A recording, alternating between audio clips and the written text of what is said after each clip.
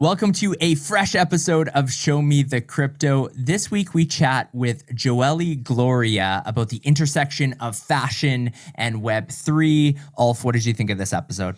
Yeah, I mean, it's super interesting to get the perspective of someone who broke into the industry with little to no experience. They were just interested in crypto, wanted to get to know it. The background was in fashion, and to where Joelle has come to today, she's pulling everything together, her experience and love of fashion and everything she's learned and loves about crypto. Yeah, there's a ton of value on this episode. We talk about Joelle's brand new YouTube channel, which is focused on that career experience and sort of a lifestyle vlog. But then we also dive into things like specific career advice for people who want to gain a career in this industry. You're going to love this episode. Enjoy. Show me the crypto.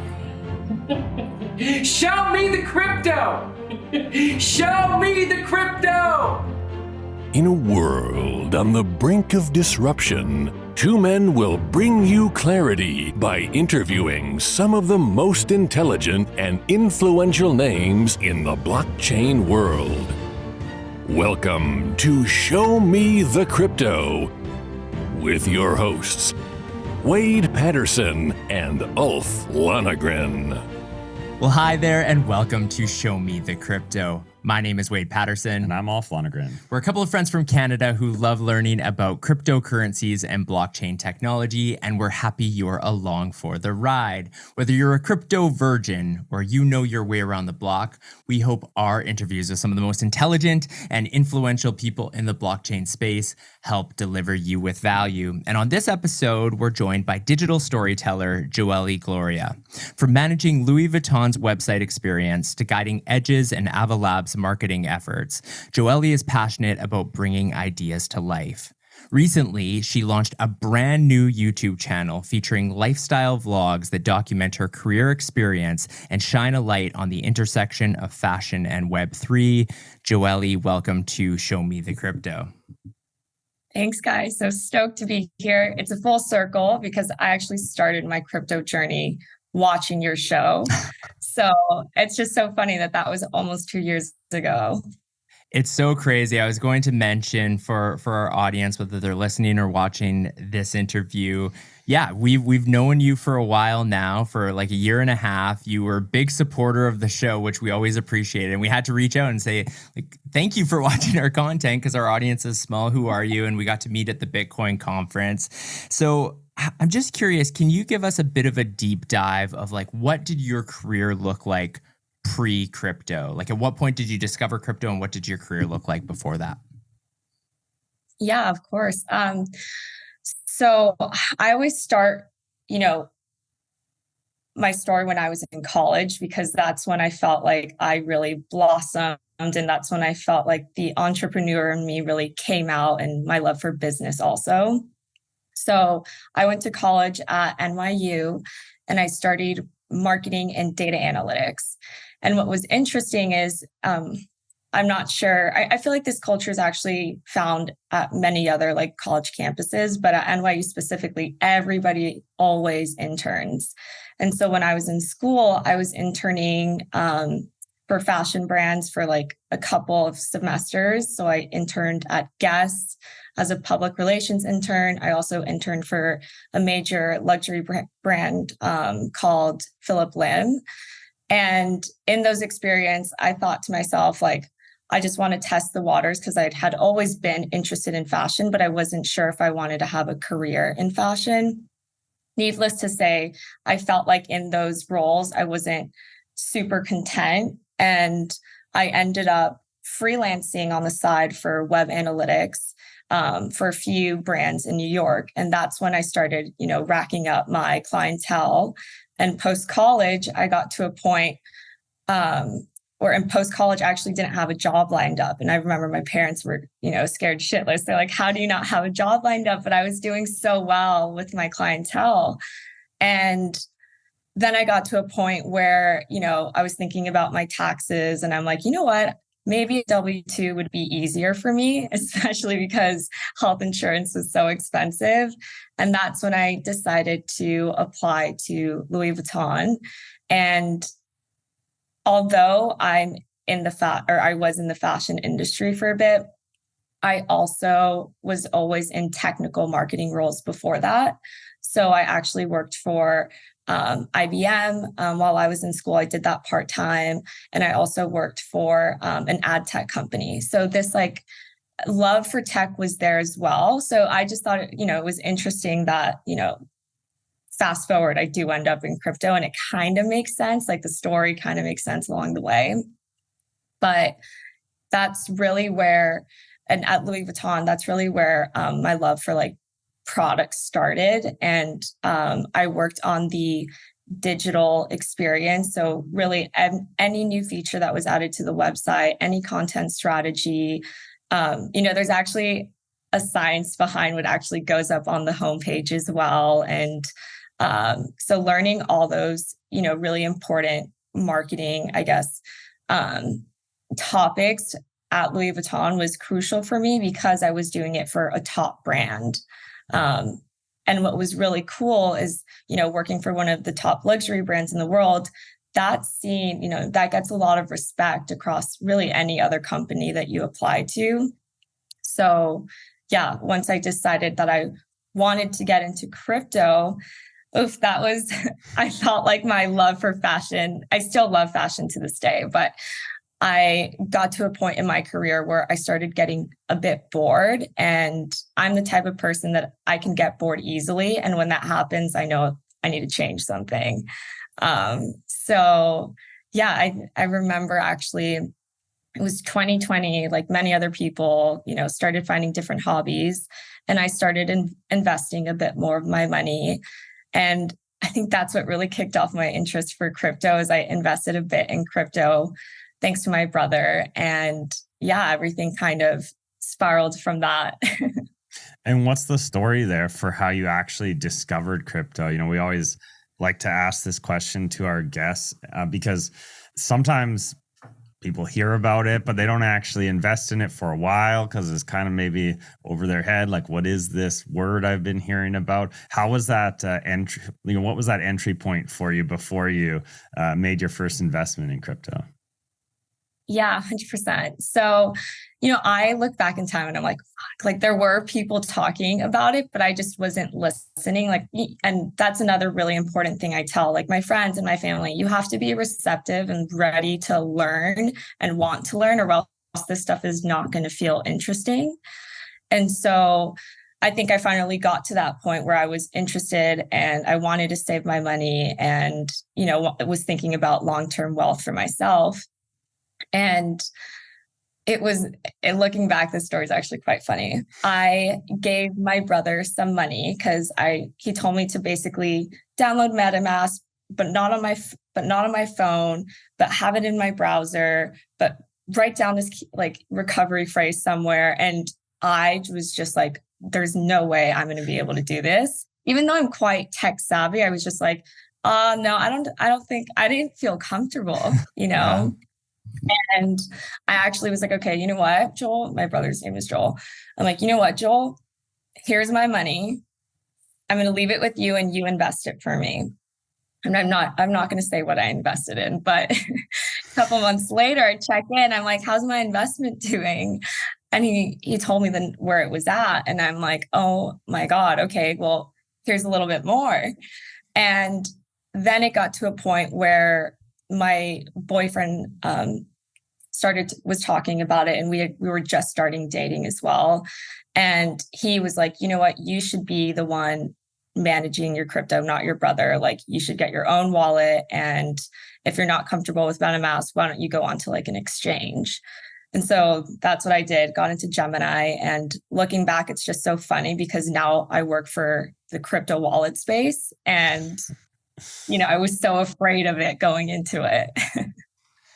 I'm curious because we want to kind of dig into both of these things, both the fashion side and the crypto side. So kind of going back to fashion, where did that passion stem from? I mean, was this always an industry you wanted to explore, or was there like a specific moment in your upbringing where you're like, like the fashion interests me? It was never a career for me. Like I never thought I would be working for Louis Vuitton. That was never a goal of mine. I was looking for digital roles. And so looking back as well, it just made a lot of sense for me. I'm like, you know what? Fashion, there's only so much you can do in the role that I was in. There's not too much innovation happening. I feel like things have really picked up with e-commerce since COVID, but I didn't see a lot of innovation happening. And when I saw that there was an opportunity in crypto to be in digital, and everything in crypto is digital. So when I saw that opportunity, a light bulb went off, and I'm like, I have really amazing skills, and they need marketers in this space. And why not apply them somewhere else? And I was still I'm still pretty young. I'm 27, or I'll be 27 in April. Oh my God, I'm saying I'm 27 already. Jumping ahead. I know. I'm almost 27. And yeah, I just felt like, I'm so young. Why not take the risk? So what can you tell us about your vlog? Like, when is it launching? What can people expect? Tell us all about it. Yeah. So this vlog, it's interesting because I've always been the person, behind the production. Like I was behind Louis Vuitton's website. I've never been like front facing. And now with crypto, I've gotten a glimpse of being a bit more front facing. And that was just through like the roles that I've been in. So being in marketing, you get invited to a lot of crypto events. And while I was at Edge, which is a self-custody wallet, I actually got some opportunities to speak to like Natalie Brunell, speak to like NFT founders, and also speak at meetups. And I think I started working on this like new skill of mine, which I like realized I actually do love, talking to people and telling stories. And for me,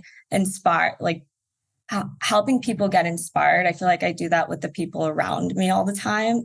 And so I was just thinking like, what can I do that'll like bring fulfillment? And I really feel like telling stories about my career to inspire not only others, but really like, I'm really thinking about the Joelle from 10 years ago. How can I inspire someone just like me 10 years ago? And hopefully my story about, being in the fashion industry, but then making the switch to crypto and showing people you can really work in whatever field you want. I think that's where this started from.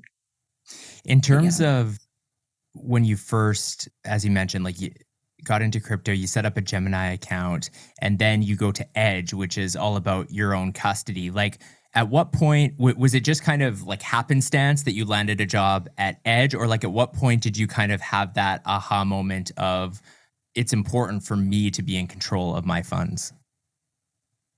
Yeah, so that's another thing that I like about my story that I found so interesting. I'm like, how lucky was I to land my first job in crypto at a self-custody wallet that's all about privacy and anonymity. I can't ever say that word. And how I ended up getting that job was actually quite funny. I reached out to the CEO, Paul Pui, on LinkedIn. And in that time, I was actually applying to a bunch of crypto roles. And this is the first time in my career that I wasn't hearing back right away. And I just like thought to myself, well, it's clearly the fact that I was at Louis Vuitton and it just wasn't translating in my applications. And so I just, I gave no fucks. I just started reaching out to people on LinkedIn, and I reached out to Paul and I was like, hey, I'm coming from the top luxury brand in the world. I see you have a small company and you're hiring for a marketing role. I'm willing to take a pay cut. I just want to get into this industry. And he really took a chance on me, honestly. And when I reached out to him, I think within the month I was hired. So It was pretty speedy process for me. I love that. I think that, when you're making a switch like that into a new industry, sometimes that's what you got to do to get the job, right? You got to show that you're not just doing this for like selfish reasons around maybe just I want to make more money. It's like, no, I want to get in. Like, I want to learn. I realize I don't quite have the resume you might want right now, but that can go a long way with an employer, and that's awesome that you got the job that way. So I'm curious, how did your skills and like did anything from your prior experience in the fashion industry, or perhaps it was just your other technical skills and marketing skills you did have, but like what translated when you moved over and started that position at Edge Wallet and sort of like to where you are now? Yeah, I think what was really important for me is having a super corporate job. And Edge Wallet, when I joined, was about 15 people. So I went from like, I think my headquarters in New York City was at Louis Vuitton was about 400 people. My team was small though. I think it was like 30 people on the digital team. But then going from such a big corporate company, going to these massive LVMH events, then going to Edge was quite a culture shock. But the first thing that I thought to myself was, wow, this is and I was the only marketing hire at the time. So I kind of looked at it like this is an open slate. Is that the term? Yeah. Clean slate. It's clean an slate. Clean slate. Clean slate. Yeah. It's a clean slate for me. And I brought those processes from working at a corporate company over to Edge. And I just like hit the ground running. I'm like, you guys don't have an email? Let's set up a newsletter. Oh, you don't have marketing automation? Let's set that up. Oh, the site sucks. Let's clean that up. And I literally, within the first month, that was literally my first project. I was like, this site sucks. We need to redo it. And I also did some of the design for their current site. And we just, we killed it just by having so much opportunity to really do whatever you want. And whereas at Louis Vuitton, I didn't get to really, branch out as much because my role was so defined. At Edge, they were kind of like, just help us get the word out. And I was able to bring, amazing processes for the team. About 6 months ago, you made the transition to AVA Labs. What kind of prompted that transition, and how's it been going so far? What are some of the similarities and differences between working for Edge and working at AVA Labs? Yeah, so I got to a point with Edge, and I'm always going to be so thankful for that team and Paul and, everyone there, because I got so many amazing experiences out of that. And they really gave me like my master's in crypto is what I say. But I got to a point where my lifestyle just changed. Like I do travel a lot. I think I always tell people I'm rich in experiences because and that's something my boyfriend and I always say. And it's because I do love to travel, and I feel like that's a priority of mine. It brings me joy. And Edge was in person in San Diego. So I think that's been the main reason for me. And actually, when I got into the crypto industry, when I was applying, I was looking for a remote role, but then I did the sacrifice to work at Edge and be in person 4 days a week. So yeah, it just got to a point where I'm like, you know what, this is not working out for me. And I started feeling a bit guilty for taking off time to travel. And but now I'm at AVA Labs and we're remote, baby. So I'm stoked about that. Well, that maybe leads into some of the answer for what I was going to ask, but I'm curious what the main differences are. We talked about going from sort of the fashion industry in your previous life and entering crypto working at Edge. But what's it like going from a company that is crypto, your job at Edge, to AVA Labs? Obviously, they're different companies, different roles, but they're both in crypto. And I believe your position's still similar, at least in title. So maybe you can explain just some of the differences there. Yeah, of course. So it's funny because both companies are, they're still very young. I think AVA Labs was founded almost like 3 years ago, and Edge was founded, I think, almost 10 years ago. So very young companies. The main difference is just the size, honestly. So at Edge, we were limited in resources, but at the same time, when you are in an environment like that, you get savvy and, you find ways to get things done. And I think that was something really fun about being at Edge. And now that I'm at AVA Labs, so I went from like a 15-person company to, I think we're about like 250 people. So it's quite a bit of a jump. And I think there are still some like growing pains because it is a young company and, processes are still getting figured out like within the company. So I would say that's the biggest difference. But as you mentioned, like the roles are very similar. I basically just like did a switch into another crypto wallet. And I think the benefits though at being at a company like AVA Labs is it's very well funded. And I can get a lot of the things done that I couldn't at Edge. And so with that, comes, I guess, a bit more excitement because you can really work on the projects that you want without having to second guess about like funding too.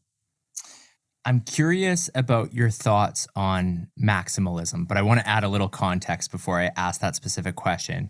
And that has to do with, you mentioned, although you didn't tell us what coin it was that you first purchased when you got into crypto, you left that secret. But then you joined Edge, which is agnostic somewhat, it seems like, in terms of like there's many coins that it works with. But from my observations and chatting with Paul, having him on the podcast, seems like maybe still Bitcoin first would be my assumption from the outside looking in.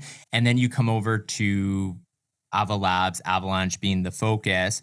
So what are your thoughts just in the space in general on those people who have kind of like a one chain only mindset? And why have you kind of not adopted that and stayed somewhat agnostic yourself? Yeah, 100%. It is quite interesting. Edge actually started as a Bitcoin wallet and directory. So you can find like other businesses who were accepting Bitcoin at the time. And yeah, you're right. It was a quite, there was a bit of maximalism going on at Edge, but it is a multi-chain app. I think for me, and I was actually getting paid in Bitcoin, by the way, the whole year, like a year and like 3 months that I was there. So that was an experience in itself. But yeah, being in an environment like that, I never like to put myself into, I don't like to put myself in and I can't say that word, compartmentalize myself. Yeah.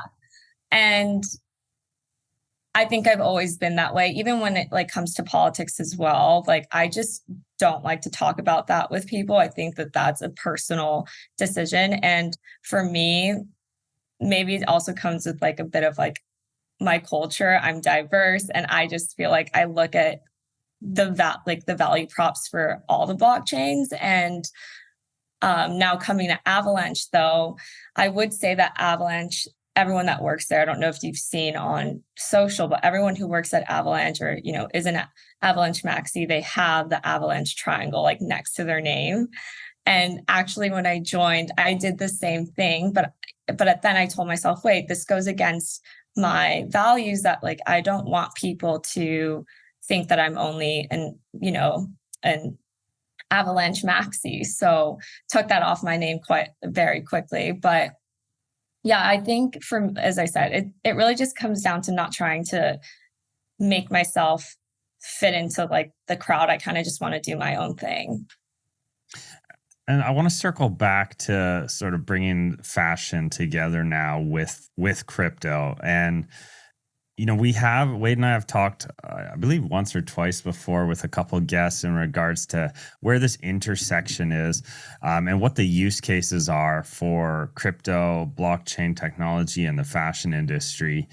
And there's some examples like use cases with NFTs and tying that to the fashion industry. But I'm curious, from someone who has interests in both of these industries, what have you seen? Where do you think blockchain and crypto play a role in the fashion industry? And perhaps where do you see that going as well? Obviously, it's still early days. Right, 100%.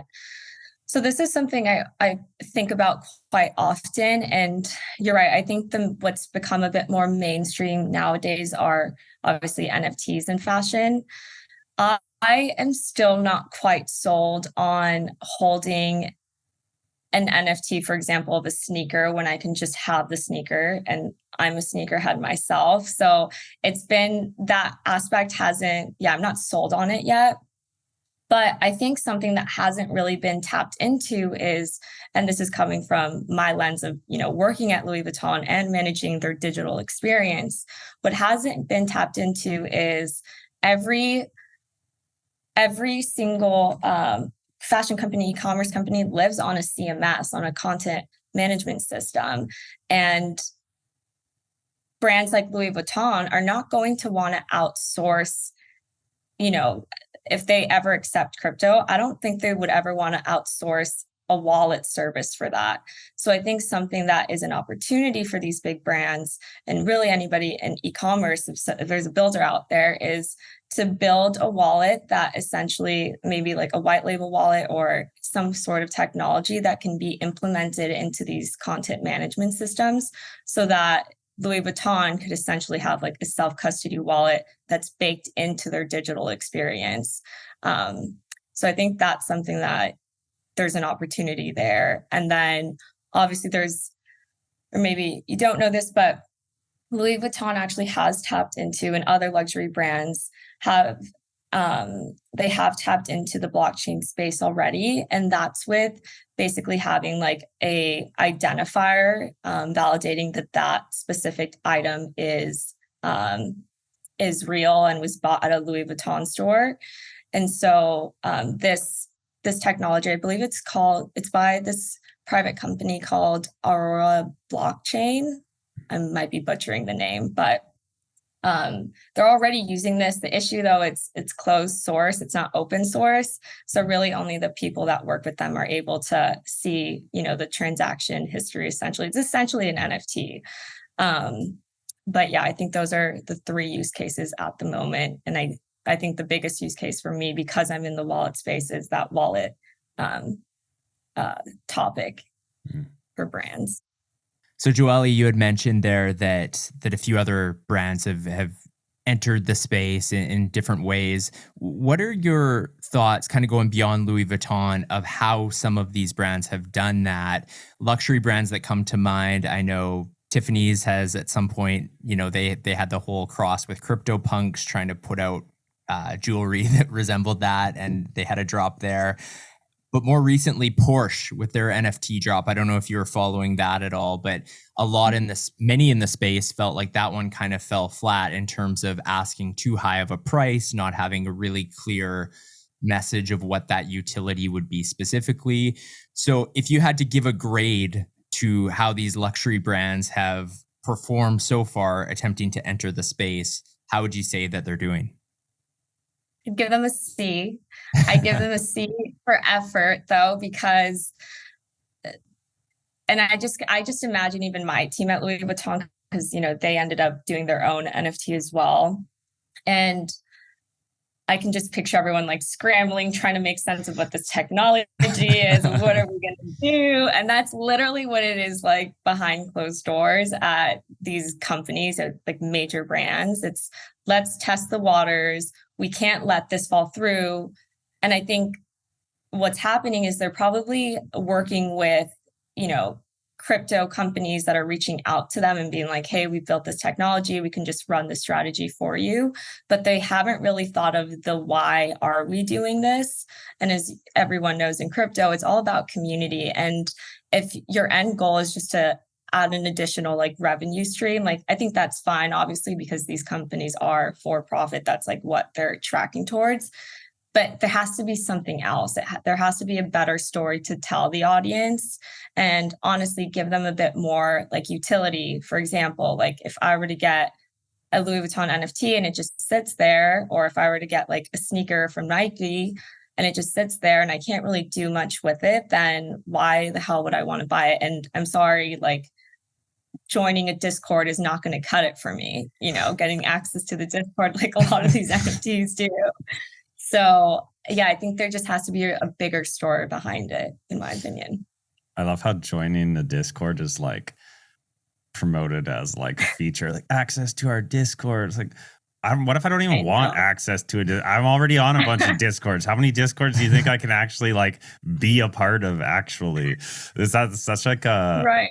leading feature? I feel like that should never be just a thing unless there's like actual value being dropped in that Discord on a regular basis. That's like a guaranteed like part of it, in which case it's still not the Discord, it's the value being dropped that should be being promoted. So it's Right. it's crazy. What do you think on this same subject? Like, what are some of the cringiest marketing plays you've seen happen in the space, just in general, I guess, related to NFTs? Oh my God. I think it's a bit sus when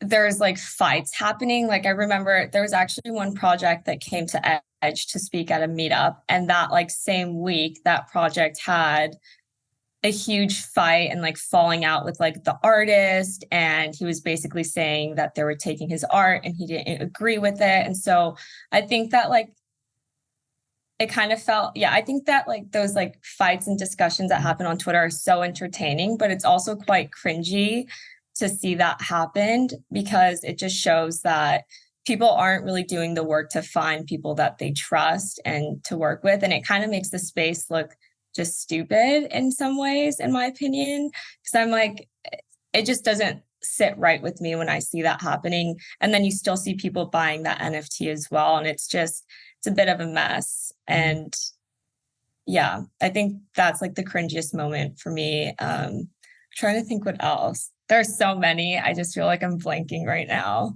No, I kind of put you on the spot with that one. Yeah. When you were working at Louis Vuitton, Joelle, you were in New York, and then Edge was the West Coast, San Diego. So between East Coast, West Coast, what are the biggest differences between those two industries? So both fashion, what are the differences, and crypto attitude? Right. So that's a good question. In fashion, I would say the attitude is you want to be working for a well-known brand. And I think that's kind of true for both industries. I also feel like in the fashion industry, the sentiment is there's actually quite a lot of similarities now that I'm thinking about it out loud. Like both industries, you sacrifice a lot, like you're working long hours.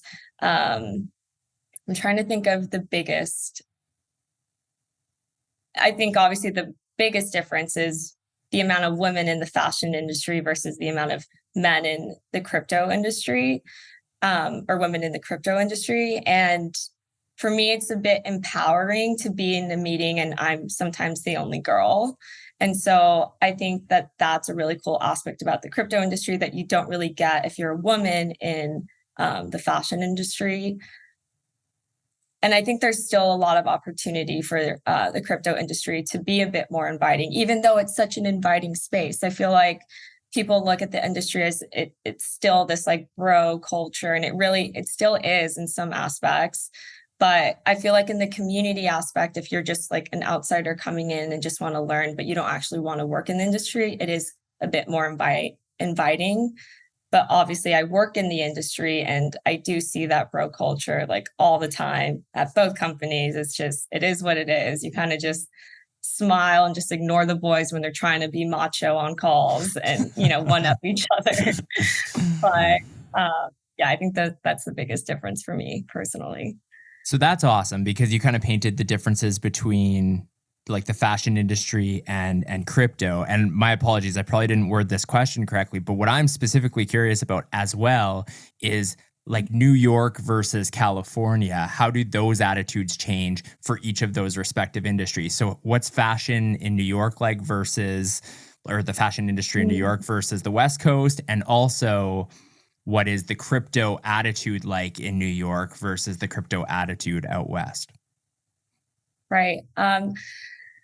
So at least in San Diego, I feel like when people think of the West Coast, they're probably thinking of LA, and San Diego is a lot more laid back and chilled. And there's actually quite a bit of like tech companies that are now based out of San Diego as well. So for the crypto industry specifically, I would say there's a lot of builders in the space here in San Diego specifically. And the mentality here is people just wanting to get inspired. And I think the crypto industry in New York, at least but I actually don't want to categorize it this way either. But from my experience, anytime I'm in New York for crypto, it's this big flashy event. And like just even thinking about NFT NYC, for example, it was like, what party can you get into with what NFT you're holding? And it felt like Fashion Week was happening for crypto. I called like NFT NYC Fashion Week for the crypto industry. So I think that's the main difference, is like how flashy it can be in New York. And then for the fashion industry, you don't see a lot of the same things, obviously, that you do in New York and on the West Coast. I feel like everybody thinks of New York as like the mecca for fashion. And I think that was why it was such a cool experience working for, a top brand and having all my friends be like, can I get in on the discount? Yeah, totally. And, but on the West Coast, I think, it's actually quite sad that you don't see a lot of that here. Like you see less creative outlets, in my opinion, than you would on the East Coast. We've jumped around a bit this episode talking about different aspects of fashion, crypto, and sort of your story and how they're all coming together. I wanted to get back to your vlog a little bit and talk about, obviously this is a brand new project. It's just launching, but like what are the plans for it going into the future? Do you have any goals for what we can expect from your vlog a year from now, 2 years from now, or are you kind of just starting it out and going to see how it goes? It's a bit of both. I'm the kind of person that I like to try new things, and I think right now what's actually really funny is I'm launching this only with my Web3 community. I'm actually not going to share it with like my personal network, like in-person network, until I feel like it's at a place where I'm proud to share it. But I think my goals with this specific vlog, like I said, is to inspire others. I feel like that's something I'm really great at doing.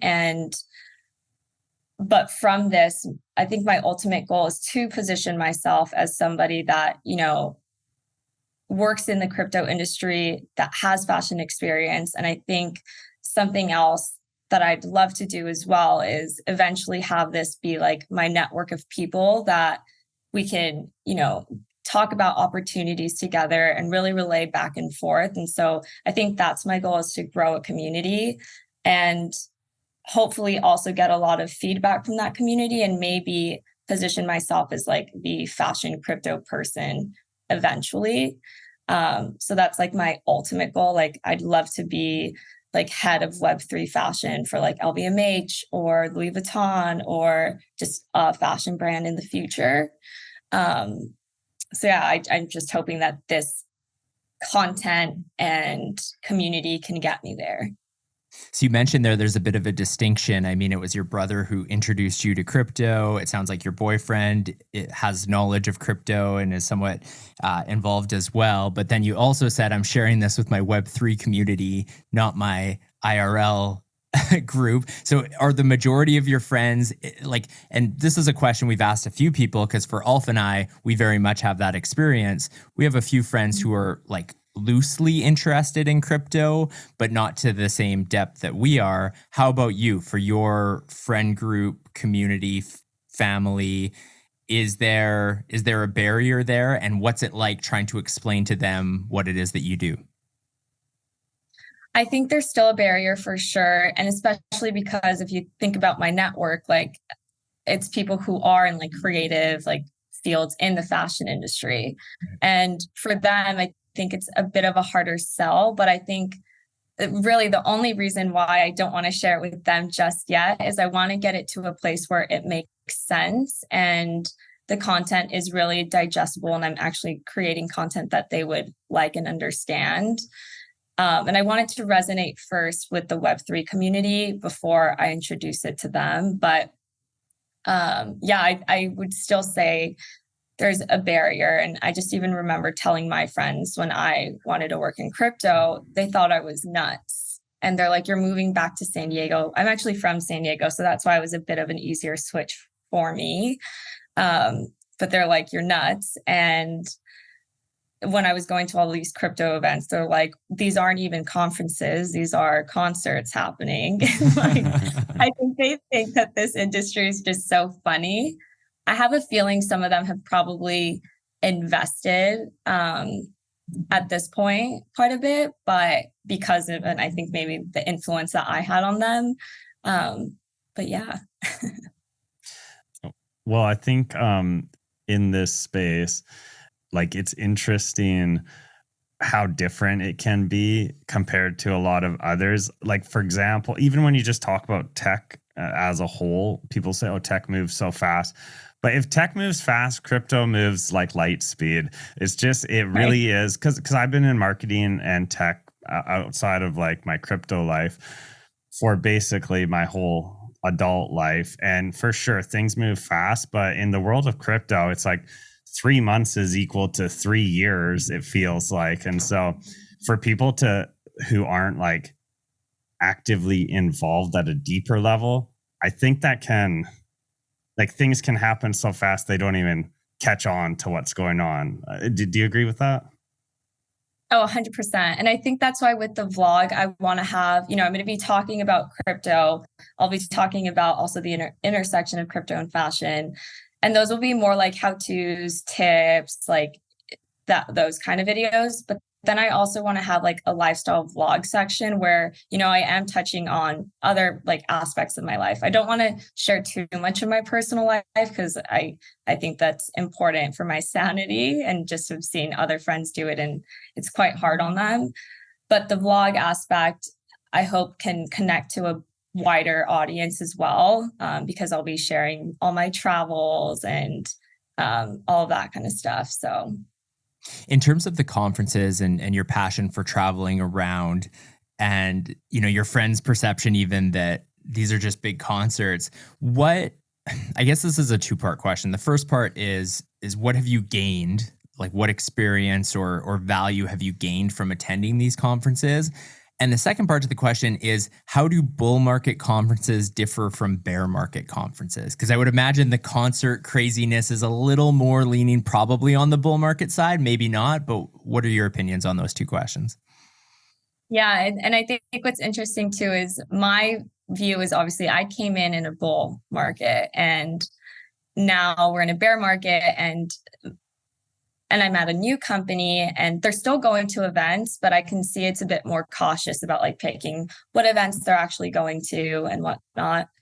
But yeah, I think in a bull market, you'll see events like, as I said, where they're happening all over the world and they're making it this like big grand event, just like even Bitcoin 2022, when I saw you guys there. I had brought 10 people from my team. It was like a 15-person team, which is nuts. So I basically brought the whole office to the event. And, as soon as we hit a bear market, we were like, okay, events, maybe we don't see the ROI there. What we were trying to gain at those events, those connecting with people and being boots on ground. And it was really a business development move. And also for small brands like Edge. And even though I'm at AVA Labs, which is like a top blockchain company now, I have a small brand, trying to like move the needle in this so-called wallet wars. There's so many wallets out there. How do you convince people to switch wallets? And some people have multiple wallets. It's all over the place. And I think that's why it's important to be at those events so people do see your brand there and get to interact with the team. So yeah, I hope that answered the question. Absolutely.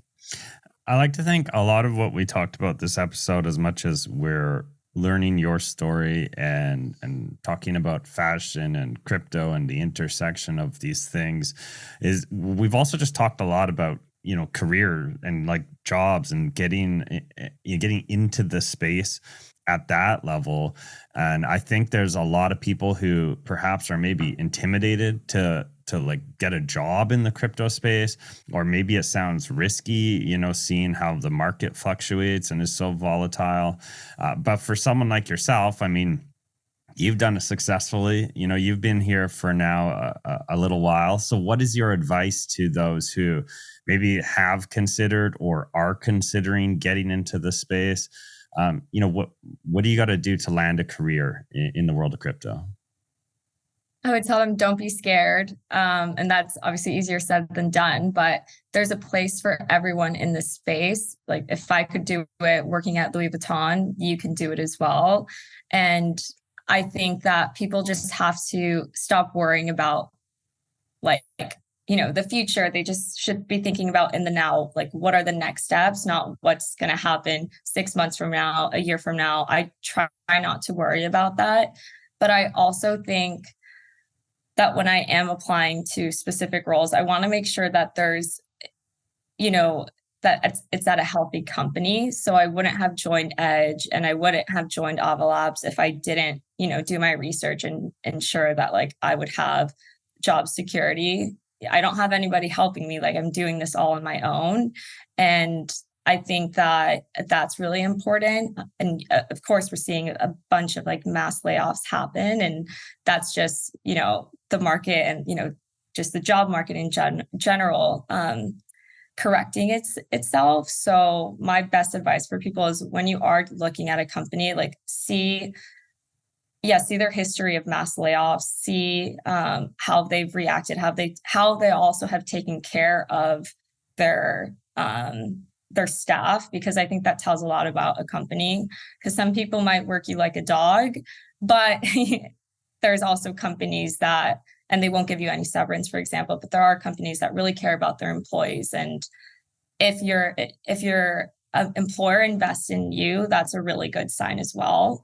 And that's exactly what I saw at Edge. You know, I was brought on to almost like 7 conferences. I got invited to speak a bunch.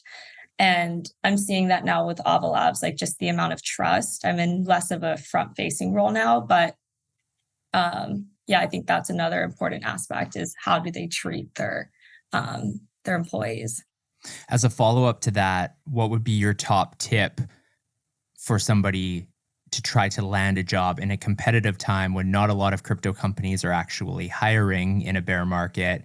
You know, you had mentioned your strategy going on LinkedIn and just giving no fucks and messaging all of like, you know, Paul and all of these people. So what would your top tip be for somebody to break into the crypto industry at a competitive time? Yeah, it would be a mix of reaching out to people, get a Twitter if you're not on Twitter already, especially with people with like no experience. You'd be surprised. Some people are not actually on Twitter. And I think if you find the recruiter, hiring manager, or like the hiring manager on LinkedIn, reach out to them, but then cross-check and try to find their profile on Twitter as well. Because if they see that I've heard so many stories like this, almost like all the stories I hear of is, oh, I like DM this person and they gave me an opportunity. And now I see like some people at AVA Labs, for example, getting, you know, starting off in like product support roles and then going into a more technical role. And, you know, the possibilities are endless. So I think that's another aspect is perhaps you don't have to also have a role that, like, let's say you're a growth marketer and you want to get into the crypto industry, perhaps try a different role that's maybe not as senior or even like in a different department, maybe, you know, somewhat correlated, and that can be your way in as well. So I would say also get creative with the roles you're applying to. Joelle, such good advice. This has been a great conversation. We've been fans of you since we met beforehand, even like virtually, and then at the Bitcoin conference. So we're really excited to see everything that's developing with your career. But as you know, every episode of Show Me the Crypto ends with the same 3 questions that we ask every guest in a segment we call You Had Me at Crypto. Alpha's going to ask you those questions. All right, Joelle, you ready for this? Yeah, I should have prepared for these. No, it's best when you don't prepare. That's when we get the best answers. Yeah. All right, the first question. Who's your favorite person to follow in the crypto space? Fubar. I don't know if you guys follow him. He's just so smart, so witty. Foobar. Don't know who this guy is, but he just always has like the best intel and really like dissects what's going on in the industry well. Nice. Second question. What will the price of Bitcoin be 10 years from now? 10 years from now. Oh, damn. That's a hard one. I don't want to give it too big of a We're going number. a decade out. You can't go too big. You can't go too small. I'm going to say 500K. 500K. I like it. I'll take it.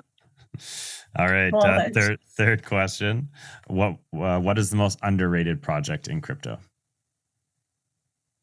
Core App, the project I'm working for. It is, I'm not just like trying to sell it. This is not sponsored, but obviously I've been in the wallet space for a bit and I have to do competitive analysis across all the wallets. And Core, that is being built by AVA Labs, is an amazing product. It's on mobile, it's a web portfolio as well, and it's a browser extension. But the best thing about it is that it supports Bitcoin, Avalanche, Ethereum, and all EVM compatible chains as well. So you can also do custom networks and pull them in. Yeah, I think it's a hidden gem at the moment, but I'm hoping to really like push out the narrative for this. And everyone needs a wallet to get into the space. So why not like start off with the best one, in my opinion. If you had to give an answer that's not related to a project that you're working with, what would you say for the most underrated project? We're going to push you on this because we push every guest. We should have added that disclaimer off the start. Yeah. Oh, damn. It can also be like a high level. So, some people have said DeFi. Some people have said just NFT. Like it can be a big category. So your answer actually could be like wallets or certain specific types of wallets. I don't know. I'll leave it to you. Okay, I'm going to say 2 things. So, I'm going to stick with one. In the DeFi space specifically, I think there's a huge opportunity because there are so many Bitcoin holders. I feel like everyone that gets into the space is going to be holding Bitcoin first, maybe Ethereum after that. Who knows what the third option would be. But a lot of people just let their Bitcoin sit and they don't do anything with it. So I think collateralized Bitcoin loans, they all have already become like huge, but I think there's it's a great thing to look into, especially for people who are holding a bit of Bitcoin. I'm sure the Maxis would hate me for saying this, but it is true. Why would you have your money sitting there? But of course, do it in a safe way as well. Awesome. Joelle, Thank you so much for joining Alf and I on this episode of Show Me the Crypto. Thank you, guys. Thank you for listening to Show Me the Crypto. Please make sure to subscribe as well as rate and review this podcast.